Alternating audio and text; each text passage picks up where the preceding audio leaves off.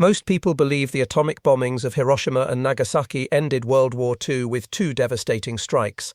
This assumption is completely wrong. Even as the mushroom cloud rose over Nagasaki on August 9, 1945, scientists and military planners were already preparing the core for a third atomic weapon, and President Harry Truman was facing one of history's most haunting questions: where should this next bomb fall? The answer to that question could have changed the entire course of the 20th century. The Manhattan Project had not simply produced two bombs and stopped. The massive industrial complex that stretched across America, from the uranium enrichment facilities at Oak Ridge, Tennessee, to the plutonium production reactors at Hanford, Washington, to the weapons assembly laboratories at Los Alamos, New Mexico, continued operating at full capacity. This was not a small operation that could be easily shut down. It was a vast network of facilities, employing over 130,000 people, consuming enormous amounts of electricity and resources, and producing the most devastating weapons humanity had ever created. General Leslie Groves, the military commander of the Manhattan Project, had established a production schedule that would deliver atomic bomb cores at a steady, relentless rate. Groves was a methodical man, an engineer by training, who approached nuclear weapons production with the same systematic efficiency he had brought to building the Pentagon. Under his direction, the Manhattan Project operated like a well-oiled machine, and that machine was designed to keep producing bombs until ordered to stop. The third plutonium core was scheduled to be ready by August 19, just 10 days after Nagasaki, but that was only the beginning. Additional cores would follow at intervals of approximately 3 to 4 days through August and into September, with the rate of production accelerating as the industrial processes became more refined and efficient. By late August, the production rate was expected to reach 2 to 3 cores per week. This was not theoretical planning for some distant future. This was real, material production happening in real time while Japanese leaders debated their nation's fate. The scientists and technicians at Los Alamos worked around the clock during those August days. The third plutonium core, fashioned from the exotic element produced in the Hanford reactors, was being shaped and machined with extreme precision. The conventional high-explosive lenses that would compress this core to achieve critical mass were being manufactured and tested. The ballistic casing, known as Fat Man after its rotund shape required to house the implosion mechanism, was being assembled piece by piece. Everything was proceeding according to schedule, and military planners were actively discussing not just the third bomb, but a sustained atomic bombing campaign that could extend through the fall of 1945 and into 1946 if Japan did not surrender. But here is the question that should make us pause: what would have happened if that third bomb had been used? The decision was not as simple as many assume, and the consequences could have reshaped the entire post-war world in ways we are still trying to understand today. The strategic thinking in Washington during those tense August days reveals the extraordinary complexity of the situation. The original target list for atomic weapons had been compiled through an exhaustive process involving military strategists, scientists, intelligence analysts, and senior government officials. The Target Committee had met multiple times in the spring of 1945, poring over maps, studying reconnaissance photographs, and analyzing intelligence reports to select cities that met specific criteria. These targets needed to be important enough that their destruction would demonstrate the bomb's power and convince Japanese leaders that continued resistance was futile. They needed to be relatively undamaged by previous conventional bombing raids so that the atomic bomb's unique destructive power would be unmistakable and could not be confused with the results of conventional attacks. They needed to have military or industrial significance, not purely civilian populations, at least in theory, though this distinction became grotesquely blurred in practice. The original list had included Hiroshima, Kokura, Niigata, and Nagasaki. Kyoto, the ancient capital and cultural heart of Japan, had initially been at the top of the list due to its size, population density, and industrial capacity. But Secretary of War Henry Stimson had personally intervened to remove it from the target list.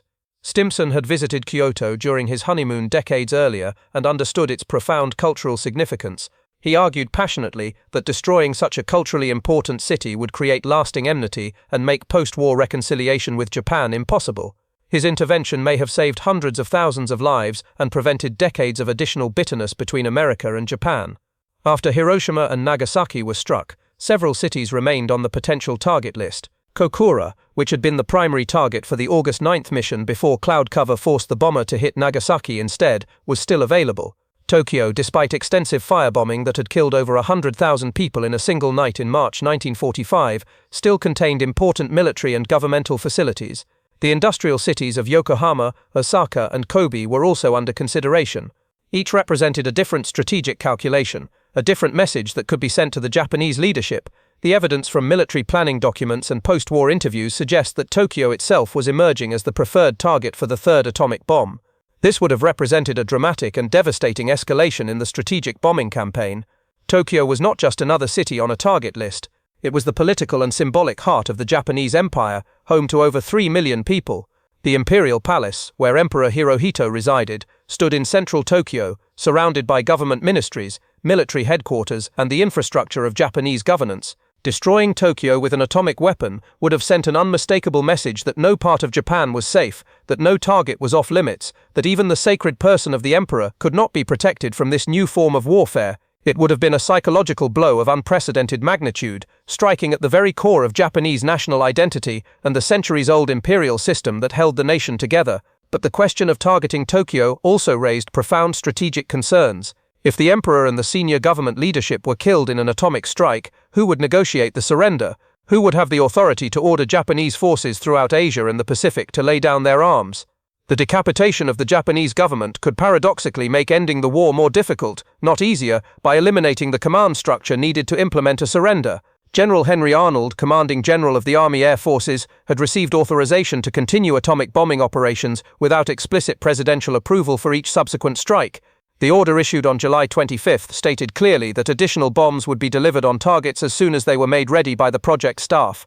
This meant that once the third bomb was complete, it could be shipped to Tinian Island, loaded onto a specially modified B-29 bomber of the 509th Composite Group, and dropped within days of arriving at the forward base. The machinery of atomic warfare had been set in motion, and stopping it would require active intervention rather than passive delay. Colonel Paul Tibbets, who had piloted the Enola Gay on the Hiroshima mission, commanded the 509th Composite Group. He had 15 specially modified B-29 Superfortress bombers under his command, each stripped of defensive armament to save weight, and equipped with modified bomb bays capable of carrying the massive atomic weapons. His crews had trained for months at Wendover Field in Utah, practicing high-altitude bombing runs and the sharp diving turn required to escape the blast wave of an atomic explosion.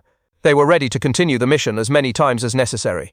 The clock was ticking in multiple ways during mid-August 1945, and each ticking clock represented lives in the balance. Every day that Japan continued fighting meant continued suffering on a massive scale. Allied prisoners of war remained in brutal conditions throughout Asia, subjected to starvation, disease, and systematic abuse.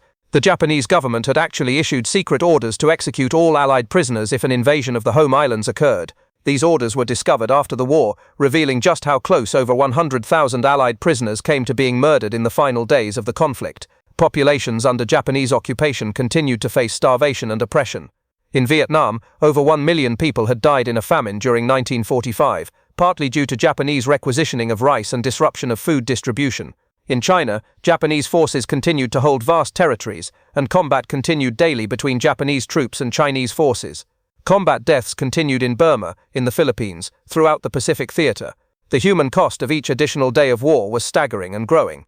Then, on August 8, the Soviet Union declared war on Japan and invaded Japanese-occupied Manchuria with overwhelming force. Stalin had promised at the Yalta Conference to enter the war against Japan within 3 months of Germany's defeat, and he kept that promise with devastating efficiency. Soviet forces, battle-hardened from 4 years of total war against Germany, crushed Japanese resistance with shocking speed. The Kwantung Army, once the pride of the Japanese military, was torn apart in a matter of days. This Soviet invasion created a new and urgent geopolitical complication. If Japan did not surrender quickly, Soviet forces might occupy significant portions of Japanese territory, including potentially the northern home islands of Hokkaido. This raised the specter of a divided occupation, similar to what would occur in Germany and Korea, with all the Cold War tensions that would entail. American planners were acutely aware that the post-war settlement in Asia was being shaped hour by hour, and delay could mean Soviet occupation of Japanese territory. Meanwhile, inside Japan, the government was paralyzed by internal division and indecision, even after Hiroshima, even after Nagasaki, even after the Soviet invasion of Manchuria that shattered any remaining hope of Soviet mediation for better surrender terms. The Supreme Council for the Direction of the War, known as the Big Six, remained deadlocked in a 3-3 split that prevented any decision.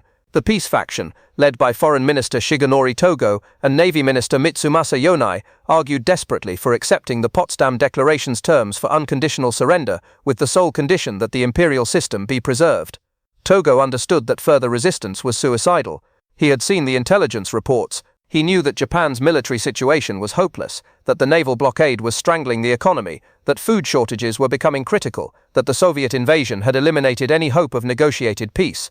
The military faction, led by War Minister Korichika Anami and the chiefs of the Army and Navy general staffs, insisted on multiple conditions that they knew the Allies would never accept. They demanded no occupation of Japan proper, Japanese handling of war criminals rather than international trials, and self-disarmament rather than Allied supervision. They argued that Japan should fight one final decisive battle on the home islands, inflicting such casualties on the invading forces that America would agree to better terms. This deadlock meant that even as Japanese cities burned and atomic bombs fell, the government could not act. The fate of millions hung in the balance while a handful of men argued in conference rooms unable to reach consensus. Prime Minister Kantaro Suzuki, an elderly admiral who had survived an assassination attempt during the February 1936 military coup, tried desperately to broker a compromise but found the positions irreconcilable. What would you have done if you were in Truman's position during those desperate days? Would you have ordered the third strike immediately, hoping to break the deadlock in Tokyo? Would you have waited, giving diplomacy more time to work but risking American lives and Soviet territorial gains? Or would you have pursued some middle course, perhaps demonstrating the third bomb on an uninhabited area while threatening to use it on Tokyo if surrender did not come within days? Emperor Hirohito's role became decisive precisely because of this governmental deadlock. The emperor occupied a unique position in Japanese society and government. He was considered a living deity, descended from the sun goddess Amaterasu, and his person was sacred. Japanese tradition held that the emperor reigned but did not rule, that he approved decisions made by his government but did not make policy himself. But in this unprecedented crisis, with his government deadlocked and his nation facing annihilation, Hirohito chose to break with tradition. In an unprecedented intervention on August 10th, the emperor attended a meeting of the Supreme Council and, when asked for his opinion, clearly stated his support for accepting the Potsdam Declaration. This broke the deadlock, and the cabinet voted to send a conditional acceptance to the Allies, accepting surrender provided the imperial system was preserved. The Allied response, carefully worded by Secretary of State James Bynes, stated that the emperor's authority would be subject to the supreme commander of the Allied powers, but did not explicitly abolish the monarchy.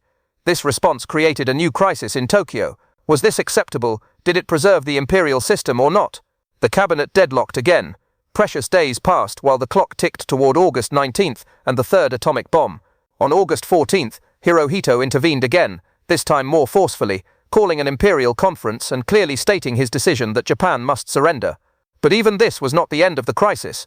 On the night of August 14th, as the emperor recorded his surrender announcement for broadcast to the Japanese people, a group of army officers launched a desperate coup attempt.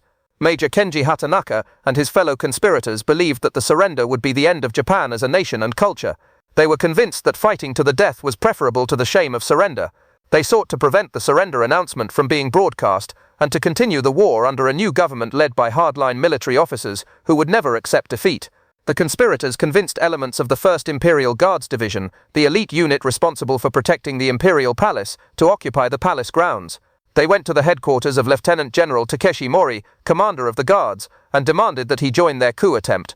Mori, a loyal officer who respected the emperor's decision, refused to participate. Hatanaka, in a rage, drew his pistol and shot Mori dead. The conspirators then used Mori's official stamp to forge authorization documents for the occupation of the palace. For several hours on the night of August 14th, the fate of the war hung in the balance. Rebel soldiers controlled the palace grounds. They frantically searched for the recording of the emperor's surrender announcement, intending to destroy it and prevent it from being broadcast. They interrogated palace staff, trying to find where the recording was hidden. Emperor Hirohito himself remained in his underground bunker beneath the palace, waiting to see if loyal forces would crush the coup or if the rebels would succeed. The conspirators failed to find the recording. It had been hidden by a chamberlain in a safe in a ladies' waiting room, one of the last places the rebels thought to look. As dawn approached on August 15th, senior army officers who had initially been sympathetic to the coup attempt realized it was doomed to fail. They convinced Colonel Toyojiro Haga to withdraw the 2nd Regiment of the Imperial Guards that he had committed to the rebellion. Without this military support, the coup collapsed. Major Hatanaka, realizing that his attempt had failed and that surrender was now inevitable, distributed leaflets around the palace explaining his actions. Then he drew his pistol, placed it to his head, and committed suicide on the palace plaza. The other conspirators either killed themselves or were arrested. At noon on August 15th, Emperor Hirohito's voice was broadcast to the Japanese people for the first time in history, announcing in formal, archaic court language that Japan would accept the terms of the Potsdam Declaration and surrender. The third bomb's plutonium core did arrive at Tinian Island, shipped from Los Alamos and delivered to the forward base where the 509th Composite Group waited with their modified B-29 bombers. But by the time it arrived, Japan had agreed to surrender. The war was effectively over, though formal surrender ceremonies would not take place until September 2nd aboard the battleship USS Missouri in Tokyo Bay. This third corps, rather than being dropped on a Japanese city and killing hundreds of thousands more people, ended up serving a different purpose. It became the heart of the fourth nuclear weapon ever detonated, not in war but in the test series at Bikini Atoll in 1946, part of Operation Crossroads that studied the effects of nuclear weapons on naval vessels. But what if the coup had succeeded? What if the emperor's recording had been destroyed and hardline military officers had seized control of the Japanese government? What if Hatanaka and his fellow conspirators had managed to impose a new military regime committed to fighting to the death? The war would have continued. The third bomb would have been dropped on or after August 19th, and possibly a fourth bomb on August 23rd, and a fifth on August 26th. The atomic bombing of Japan could have become not a singular, war-ending event consisting of two strikes, but a sustained campaign that continued for weeks or even months. The implications of what nearly happened extend far beyond the immediate question of how Japan would have responded to additional atomic strikes.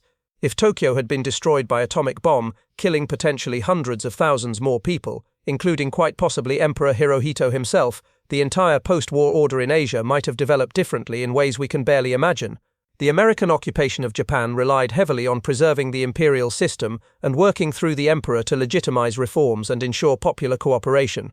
General Douglas MacArthur, designated as Supreme Commander for the Allied powers, understood this principle deeply. When he arrived in Japan at the end of August to begin the occupation, one of his first decisions was to protect the emperor from prosecution as a war criminal.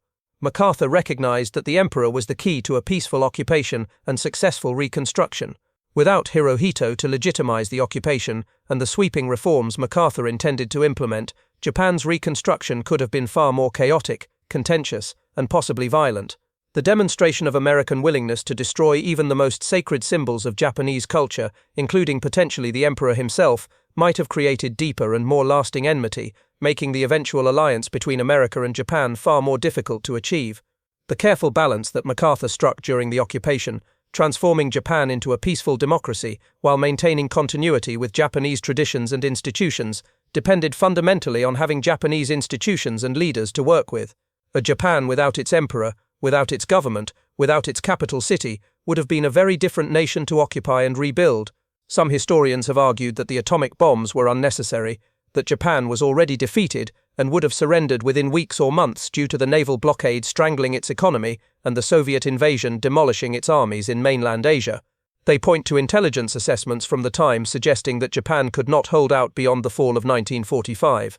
They argue that the bombs were used primarily to impress the Soviet Union and establish American dominance in the post-war world, rather than to force Japan's surrender. Others maintain that the bombs were absolutely essential to achieving surrender without a catastrophically costly invasion. They point to the military faction's continued resistance, even after 2 atomic bombs and the Soviet invasion, to the coup attempt that nearly succeeded on August 14th, to the massive Japanese military forces still under arms and prepared to fight. They note that Operation Downfall, the planned invasion of Japan scheduled to begin in November 1945, would have resulted in casualties on a scale that dwarfed even the bloodiest battles of the Pacific War.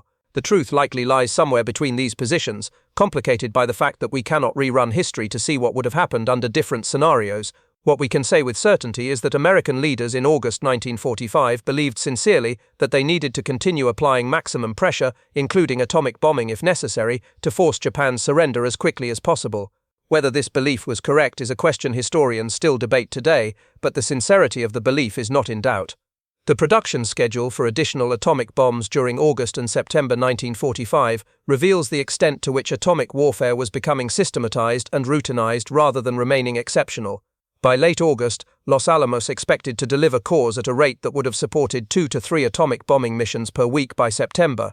The 509th Composite Group had multiple aircraft and crews trained for atomic missions. Ground crews at Tinian knew the procedures for assembling the weapons and loading them onto aircraft. The infrastructure for transporting, assembling, and delivering atomic weapons was functioning efficiently and could have continued operating indefinitely. Had the war continued into September and October, atomic bombing would have become simply another tool in the American arsenal, used alongside conventional strategic bombing, naval bombardment, and tactical air support for the planned invasion. The uniqueness of Hiroshima and Nagasaki as singular, war-ending events was not inevitable or predetermined. It was the consequence of Japan's surrender on August 15, preventing what might have become a sustained atomic bombing campaign lasting weeks or months. Consider the machinery that had been set in motion and was continuing to operate during those August days.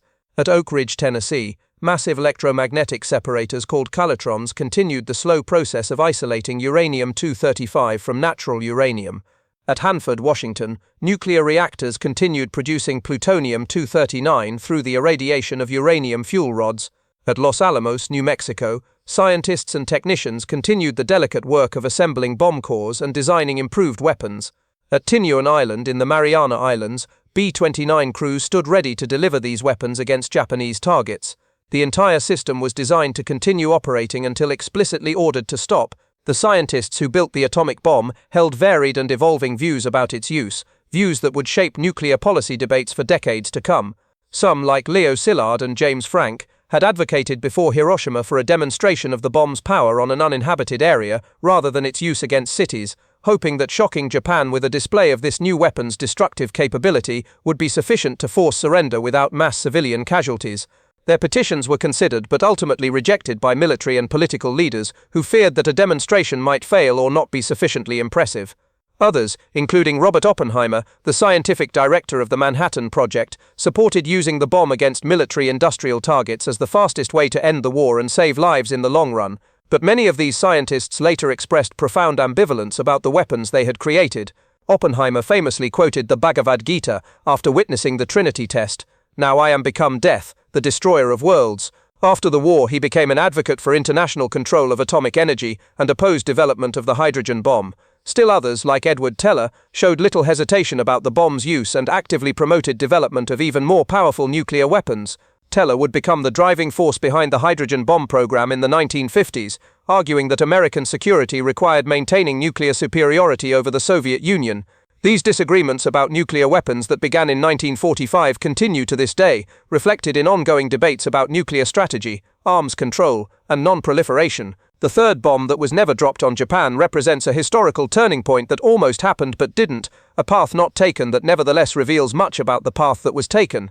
In one possible timeline, a timeline that came within hours of happening, that bomb fell on Tokyo or another Japanese city in the third week of August 1945, killing tens or hundreds of thousands more people and creating ripple effects through post-war history that we can barely imagine.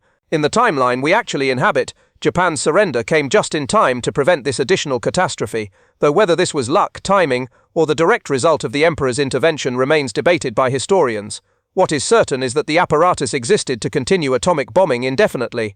The industrial capacity was in place, the delivery systems were ready, military and political leaders were prepared to use these weapons repeatedly until Japan surrendered.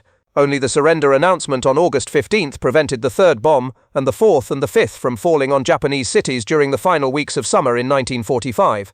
The war that ended on August 15 could easily have continued into September, October, or even beyond, with atomic bombs becoming not exceptional but routine. The infrastructure and expertise that had been mobilized to produce these weapons did not disappear after Japan's surrender. Instead, it became the foundation of America's Cold War nuclear arsenal. Los Alamos continued developing and testing nuclear weapons. Oak Ridge and Hanford continued producing fissile material. New production facilities were built at Savannah River and elsewhere. The Manhattan Project transformed into the Atomic Energy Commission and later the Department of Energy, managing a vast nuclear weapons complex that produced tens of thousands of warheads over the following decades. The terrible knowledge of how to build and use these weapons spread to other nations, creating the precarious balance of nuclear deterrence that defined the second half of the 20th century and continues to shape international relations today. The Soviet Union tested its first atomic bomb in 1949, far sooner than American leaders had expected. Britain followed in 1952, France in 1960, China in 1964. Today, 9 nations possess nuclear weapons, with several others having the technical capability to build them if they chose to do so. The story of the third atomic bomb reminds us how close history came to taking a very different path. It reminds us that the decisions made in those critical August days were not inevitable or predetermined by some grand historical logic. They were choices made by individuals under enormous pressure, with incomplete information facing consequences they could barely comprehend. Those choices shaped not just 1945, but the entire world we live in today, including the nuclear age we still inhabit 80 years later. Thanks for watching. Please share your thoughts in the comments. Do you think the third atomic bomb should have been used if Japan had not surrendered? Visit our channel for more untold stories from World War II.